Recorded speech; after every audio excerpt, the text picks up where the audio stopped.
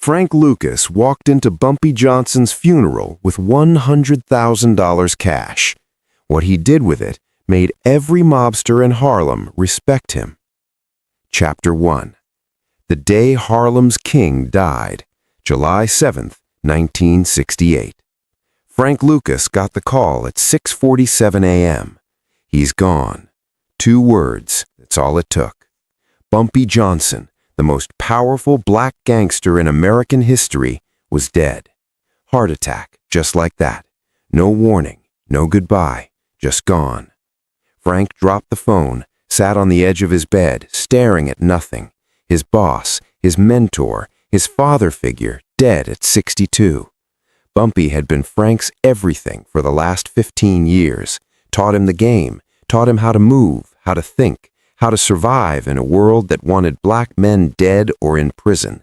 And now Bumpy was gone. Frank's wife, Eva, touched his shoulder. "Baby, what's wrong?" "Bumpy's dead." Eva gasped. "Oh God, Frank, I'm so sorry." But Frank wasn't listening. His mind was already racing, calculating, because Frank Lucas understood something that nobody else in Harlem understood yet. When a king dies, there's a war for the throne, and Bumpy Johnson's throne was worth $50 million a year in heroin numbers and protection money. Every mobster in New York was going to be at that funeral. The Italians, the Irish, the Chinese, all of them circling like sharks, trying to figure out who was going to take over Harlem now that Bumpy was gone. And they all assumed it would be one of them, a white mobster, someone connected, someone with power and soldiers and money. They weren't even thinking about Frank Lucas. Frank was just Bumpy's driver, his errand boy, the guy who carried Bumpy's bags and picked up his dry cleaning. Nobody took Frank seriously. Nobody saw him as a threat. That was about to change. Frank stood up, started getting dressed. Eva watched him. "Where are you going?" "To the bank." "The bank, baby? It's not even 7 in the morning. I need to withdraw some money." "How much money?" Frank looked at his wife. "All of it." 3 hours later, Frank walked out of Chase Manhattan Bank with $100,000 in cash. In 1968, that was the equivalent of about $800,000 today. A briefcase full of $100 bills, every penny Frank had saved from 15 years of working for Bumpy. His entire life savings. Eva was waiting in the car. "Frank, what are you doing?" "I'm going to Bumpy's funeral with $100,000 in cash." "Are you insane? Someone could rob you, kill you." Frank looked at his wife. "Baby, I'm about to walk into a room with every gangster in New York. If I'm walking in there, I'm walking in there like a king, not like Bumpy's errand boy, like a king." "But Frank, trust me." The funeral was at Abyssinian Baptist Church in Harlem, the biggest church in the neighborhood, big enough to hold 2,000 people. It was packed, standing room only, every seat filled with gangsters, politicians, community leaders, people who owed Bumpy favors, people who feared Bumpy, people who loved Bumpy. And sitting in the front 3 rows, dressed in their finest suits, were the mobsters. Frank recognized all of them. Carmine Tremonte from the Lucchese family, Joe Colombo, Crazy Joe Gallo, Nikki Barnes and his crew, the Italian Mafia, the black gangsters, all of them sitting together, pretending to mourn Bumpy while secretly calculating how to carve up his empire. Frank walked in late on purpose, wearing a black suit, black tie, black fedora, carrying a briefcase. Every head turned. Who the hell was this? Oh, Bumpy's driver, the errand boy. People went back to their conversations. Frank didn't sit down. He walked straight to the front of the church to Bumpy's casket, set the briefcase on the floor, opened it. If you're already hooked by this story, hit that subscribe button right now, because what happens next is going to blow your mind. I promise you've never heard this story before. Frank reached into the briefcase, pulled out a stack of $100 bills, $10,000, and placed it on top of Bumpy Johnson's chest, inside the casket. The church went silent. What the hell was he doing? Frank pulled out another stack, $10,000, placed it on the casket, then another, and another, and another. 10 stacks, $100,000 in cash stacked on top of Bumpy Johnson's body. The entire church was frozen. Nobody moved. Nobody breathed. Frank Lucas, Bumpy's nobody driver, had just put $100,000 cash into a dead man's casket in front of 2,000 people. Then Frank did something even more shocking. He turned around, faced the entire church, faced every mobster, every gangster, every killer, and he spoke. My name is Frank Lucas. For 15 years, I worked for Bumpy Johnson, and Bumpy taught me one thing above everything else. He said, Frank, in this life, you're either somebody or you're nobody, and the only way people know you're somebody is if you show them. Frank gestured to the casket, to the money. Bumpy Johnson was somebody, the greatest somebody Harlem has ever seen. And when a king dies, you don't let him go into the ground broke. You send him off like royalty. So that's what I'm doing. I'm sending my king off with $100,000 because that's what he deserves. That's what respect looks like. The church was still silent. Frank continued. Now I know what all of you are thinking. You're thinking, who's gonna run Harlem now? Who's gonna take over Bumpy's operation? You're thinking it's gonna be one of you. Frank pointed at the Italian mobsters in the front row. You think it's gonna be the Italians? You think you're gonna come up here and take what Bumpy built? He pointed at Nikki Bonds and the black gangsters. You think it's gonna be you? You think you're next in line? Frank shook his head. You're all wrong, because Bumpy didn't leave his empire to any of you. He left it to me. The church erupted, people shouting, mobsters standing up. Nikki Bonds jumped to his feet. You're nobody, you're a driver. Frank didn't flinch. I was a driver. Now I'm the king. And here's how I know. Because I just put $100,000 in cash into Bumpy's casket in front of all of you. And not one of you can do what I just did. Not one of you has that kind of money to throw away. Not one of you has that kind of respect for Bumpy to send him off right. Frank locked eyes with Carmine Triante. You Italians been taxing Harlem for 50 years, taking 20% of everything we make, treating us like we work for you. That's over. Starting today, Harlem belongs to Harlem. You want to do business here? You come to me. You ask permission. You pay me. Triante's face went red. You got some balls, kid. I got $100,000 in that casket that says I got more than balls. I got respect. I got loyalty. And I got vision. 3 things none of you have. Frank turned to Nikki Bonds. And you've been waiting for Bumpy to die so you could take over. But you don't have what it takes. You want to be flashy. You want to be famous. You want everybody to know your name. That's how you get killed. That's how you get arrested. I'm going to do something different. I'm going to be quiet. I'm going to be smart. And I'm going to get rich. And 5 years from now, when I'm making $1 million a day, you're going to wish you'd shown me respect today. The church was in chaos now. People arguing, mobsters threatening.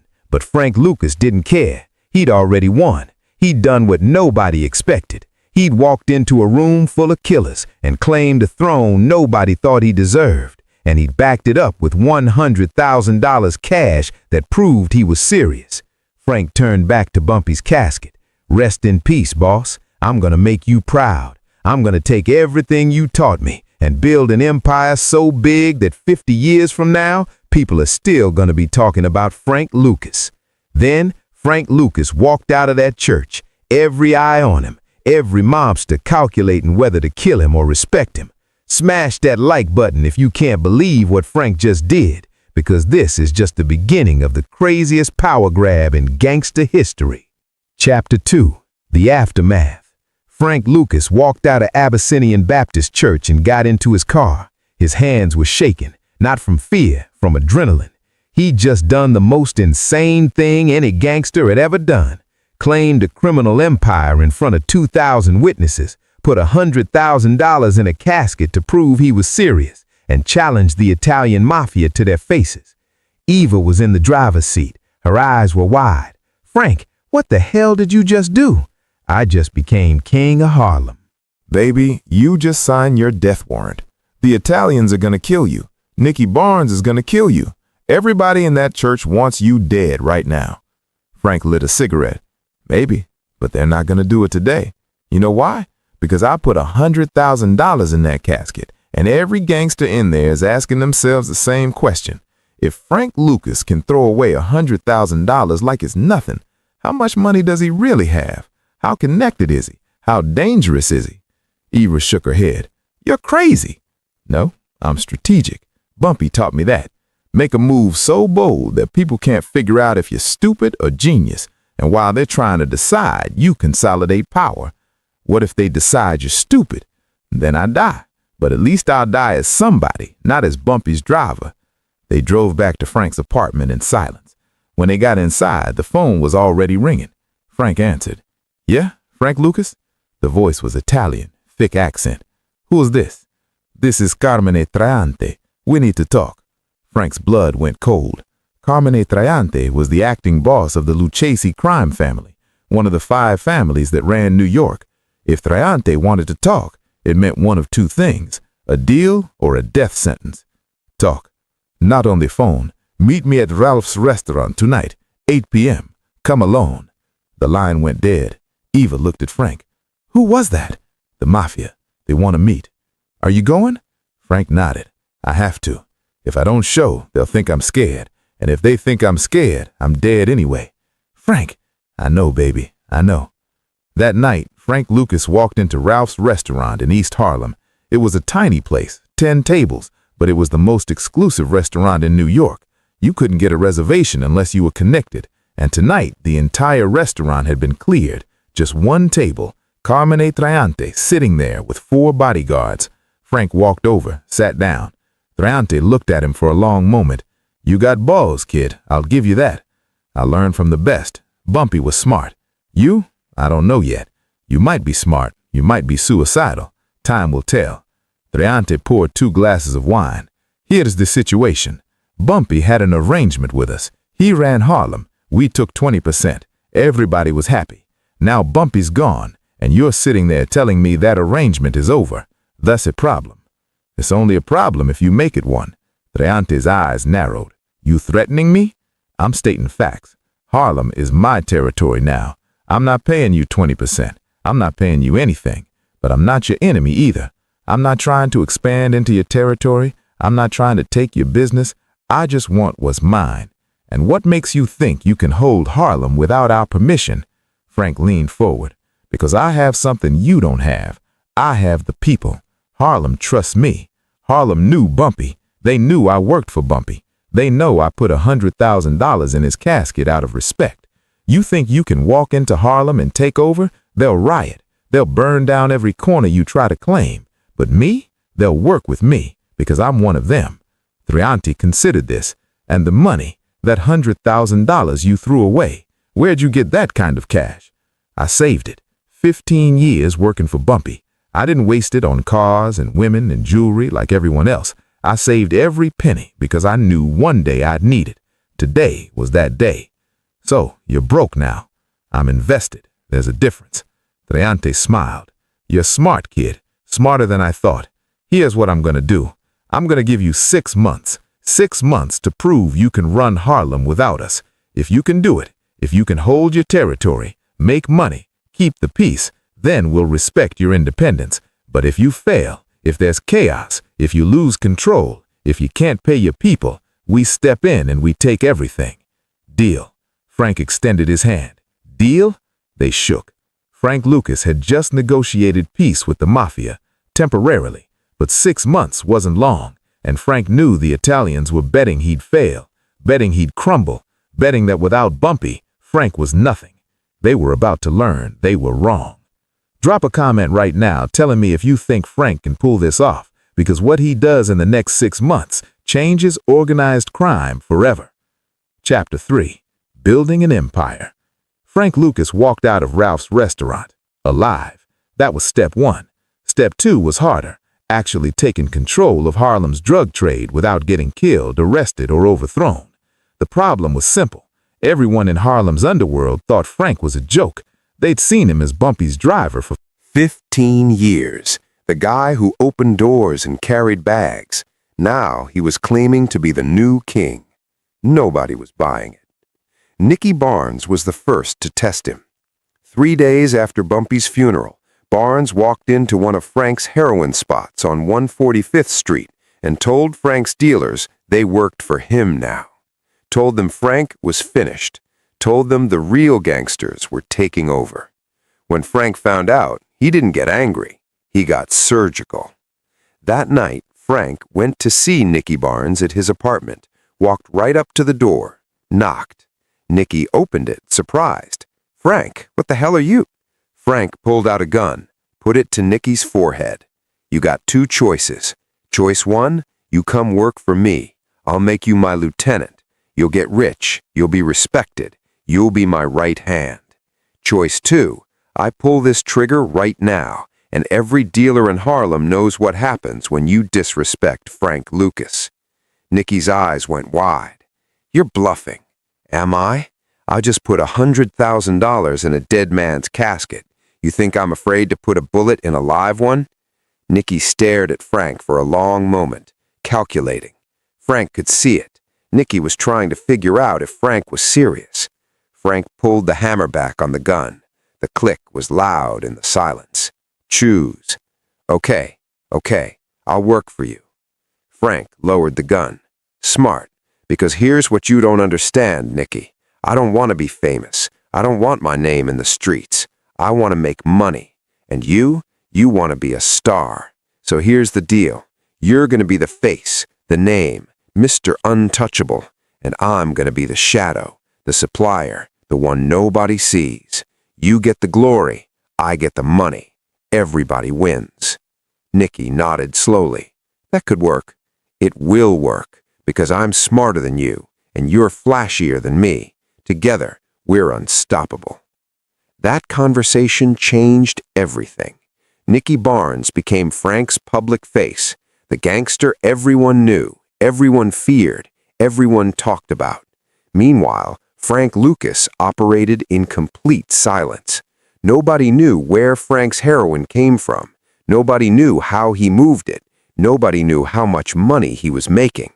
And that's exactly how Frank wanted it. But Frank still had a problem. The heroin he was getting from the Italian suppliers was expensive and low quality. The Italians would buy it from the Corsican Mafia in France, then sell it to black dealers in Harlem at a huge markup. Frank was paying $50,000 per kilo for heroin that was only 10% pure. By the time it hit the streets, it was cut so many times it was basically baby powder. Frank needed a new supplier, so he did something nobody in the American drug trade had ever done before. He went directly to the source. In 1969, Frank Lucas flew to Bangkok, Thailand, then to Vietnam, the Golden Triangle, the place where most of the world's opium was grown.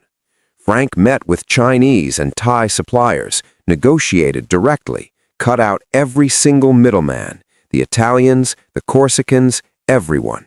And Frank made a deal. He would buy heroin directly from the source, pure heroin, 95% pure, for $4,000 per kilo instead of $50,000. Frank would smuggle it into America using a method nobody had thought of before. He would hide it in the coffins of dead American soldiers being shipped back from Vietnam. The military didn't check the coffins. They were sealed, sacred, untouchable. Frank bribed a few supply sergeants, and just like that, he had a pipeline that nobody could touch. When Frank's first shipment arrived in New York, he called it Blue Magic because it was blue, and because it was so pure, it was magic compared to everything else on the street. Frank's Blue Magic was 95% pure. The Italian Mafia's heroin was 10% pure. Frank could cut his heroin 9 times, and it would still be better than anything else in New York. And because he'd cut out the middlemen, Frank could sell it cheaper and still make 10 times the profit. Within 6 months, Frank Lucas controlled 80% of Harlem's heroin trade. He was making $1 million a day. He had 250 people working for him. He owned buildings, businesses, cars. He was richer than the Mafia, and the Italians had no idea how he'd done it. Carmine Tremonte called Frank back to Ralph's restaurant. "How are you doing this?" "Doing what?" "Making this kind of money, moving this much product. We've been in this business for 50 years and we can't figure out your supply chain." Frank smiled. "That's because you're thinking like Italians. I'm thinking like a businessman. You want to know my secret? I don't have partners. I have employees. Everyone works for me. Nobody gets a percentage. Nobody gets power. Just a salary. That way, nobody can betray me. Nobody can take over. I'm the only One who knows how everything works." Triante nodded slowly. "You're smarter than Bumpy. Bumpy taught me well. So what now? You gonna expand? Try to take over Brooklyn, Queens?" "No, I'm gonna stay in Harlem, make my money, keep my head down. I don't want to be John Gotti. I don't want to be famous. I want to be rich. There's a difference." Triante respected that. Smart. But Frank knew the truth. He wasn't staying small because he was humble. He was staying small because he was strategic. The bigger you get, the more attention you draw. And attention gets you killed or arrested. Frank Lucas wanted to make his money and disappear. He'd watched Bumpy die broke, watched other gangsters die in prison. Frank was going to be different. Hit that subscribe button if you want to see how this empire ends, because Frank's about to make the one mistake that costs him everything. Chapter 4. The One Mistake. For 5 years, Frank Lucas was untouchable. From 1969 to 1974, Frank made over $100 million. He owned buildings in Harlem, had homes in New Jersey, drove expensive cars, lived like royalty, but he stayed quiet, under the radar. The feds knew Frank existed, but they couldn't figure out where his heroin was coming from. They watched the Italian Mafia, watched the Corsicans, watched the ports. Nothing. Frank's supply line was invisible, and that's what kept him safe. Then came the mistake. March 8, 1971, the fight of the century. Muhammad Ali versus Joe Frazier, Madison Square Garden, the biggest sporting event in American history. Every celebrity in the world was there, every gangster, every politician. Frank Lucas got a ringside seat, and Frank made a decision that would destroy everything. He wore a chinchilla coat, a $50,000 chinchilla coat, floor length, fur, flashy, the kind of coat that screams, "I'm rich and I want everyone to know it."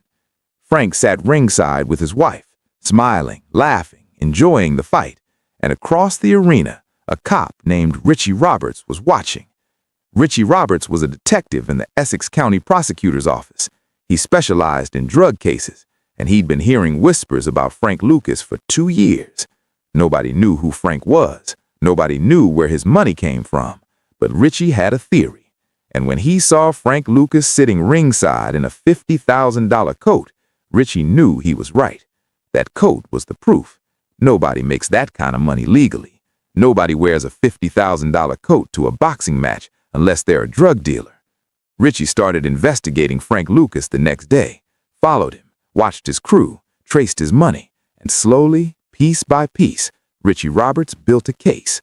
It took 4 years, but in 1975, Richie Roberts and the DEA raided Frank Lucas's house in Teaneck, New Jersey. They found $584,000 in cash, heroin, ledgers, evidence. Frank Lucas was arrested, facing life in prison. And as Frank sat in that jail cell, he realized the truth. Bumpy had warned him. "Frank, the moment you want people to know you're rich, you're finished. Stay invisible, stay quiet. The silent man lives, the loud man dies." Frank had stayed silent for 5 years, made $100 million, built an empire. Then he wore a chinchilla coat to a boxing match, and that one decision, that one moment of vanity, cost him everything. But Frank Lucas wasn't done. He had one card left to play. Frank called Richie Roberts from jail. "I want to make a deal." "What kind of deal?" "I'll tell you everything. Everyone, the whole operation, the mafia, the corrupt cops, the supply chain, all of it. But I want a deal. I want reduced time." Richie thought about it. "How many people are we talking about?" "Over 100 cops, mafia dealers. I'll give you the biggest corruption case in New York history." Richie agreed, and Frank Lucas became an informant. He testified against the mafia, against corrupt NYPD detectives, against the French Connection drug ring. Frank's testimony led to over 100 arrests, including dozens of cops. The NYPD's Special Investigations Unit, the most corrupt unit in the department, was completely destroyed because of Frank's cooperation. Frank Lucas was sentenced to 70 years in prison, but because of his cooperation, that sentence was reduced to 15 years. He served 7, got out in 1981, and when Frank walked out of prison, the world had changed. The drug game was different, more violent, more chaotic. The crack epidemic was starting, and Frank Lucas was yesterday's news. Frank tried to go straight, started working with kids, telling them not to make his mistakes. He became a consultant on the movie American Gangster in 2007, where Denzel Washington played him. Frank Lucas died in 2019 at age 88, natural causes, in his sleep. And people asked, was Frank Lucas a hero or a villain? The answer is both. Frank destroyed communities with heroin, killed people, ruined lives. But Frank also proved something important. He proved that a black man from North Carolina with nothing could outsmart the mafia, could build an empire, could change the game. Bumpy Johnson's funeral was the moment Frank Lucas went from nobody to somebody. And that $100,000 he put in Bumpy's casket, that wasn't just respect. That was an investment in a legend. Because 50 years later, people are still talking about the day Frank Lucas walked into a church with a briefcase full of cash and claimed a throne nobody thought he deserved. Leave a comment telling me, was Frank Lucas a genius, or did that Chinchilla Coat prove he was just another gangster who got too cocky? Because that's the question everyone's still asking. Frank Lucas once said in an interview, "I learned from Bumpy that you can't be half a gangster. You either go all the way or you don't go at all. I went all the way, and yeah, I paid for it, but at least I got to be somebody. At least I got to be king, even if it was only for 5 years." Frank Lucas taught us something about power. Real power isn't loud. Real power is quiet. The moment you need people to know you're powerful, you've already lost. Frank stayed quiet for 5 years and became one of the richest criminals in American history. Then he got loud and lost everything. But here's the thing nobody talks about. That $100,000 Frank put in Bumpy's casket. Frank never regretted it. Years later in prison, someone asked Frank, "Do you wish you'd kept that money? You could have used it for lawyers, for your family." Frank said, "No, that money bought me something more valuable than lawyers. It bought me respect. It bought me a reputation. It bought me a throne. For 5 years, I was the king of Harlem, and you can't put a price on that." Hit that like button one more time if this story taught you something about respect, power, and the cost of both, because that's what Frank Lucas's life was really about. Not the drugs, not the money, the respect, and the price he paid to get it. Subscribe right now if you want more untold stories about the people who changed history by refusing to play by the rules. Because Frank Lucas didn't just break the rules, he rewrote them. Rest in peace, Frank Lucas, 1930 to 2019. The man who walked into a funeral with $100,000 and walked out a king. The man who proved that sometimes the boldest move is the smartest move. And the man who taught us that staying invisible is harder than being famous, but it's what keeps you alive. Frank Lucas is gone, but the legend of that funeral, the legend of that $100,000, that legend lives forever. The end.